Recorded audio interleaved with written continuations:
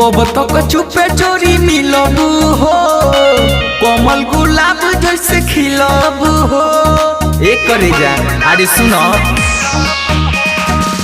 कब तक चुपे चोरी मिलबू हो, कोमल गुलाब जैसे खिलबू हो। मिले में मजा जानिया बिना लुका के कदी ही हला भाई सब के जगा के ले जा पड़ जा पति जी तू हम के भागा के।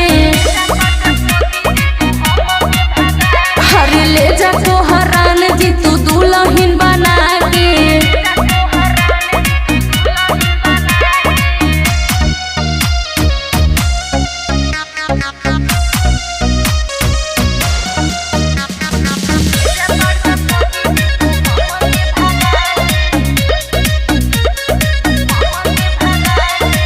मानी भगवान तो के सुनो हमर यार हो, गलत का होला जाने कोइल का प्यार हो।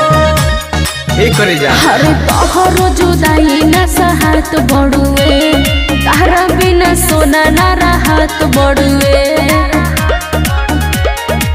कोरिला प्यारी तब भागेलू लजा के कदी ही हला भाई सब के जगा के ले जा पड़ जा पति जी तू हम के भागा के।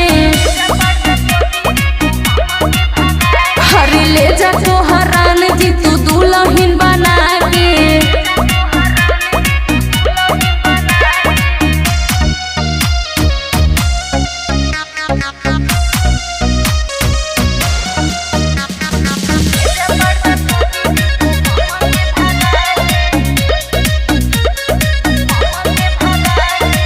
जबले रही हमर धरती पर जान हो, तोहरा से दूर नहीं करी है भगवान हो। बुझाई अनमोल के जान सन चल जाई हो, दिलावा से सहारा निकल जाई हो। सुनू के धन जाने रखी हो बचा के कदी ही हला भाई सब के जगा के ले जा पड़ जा पति जी तू हम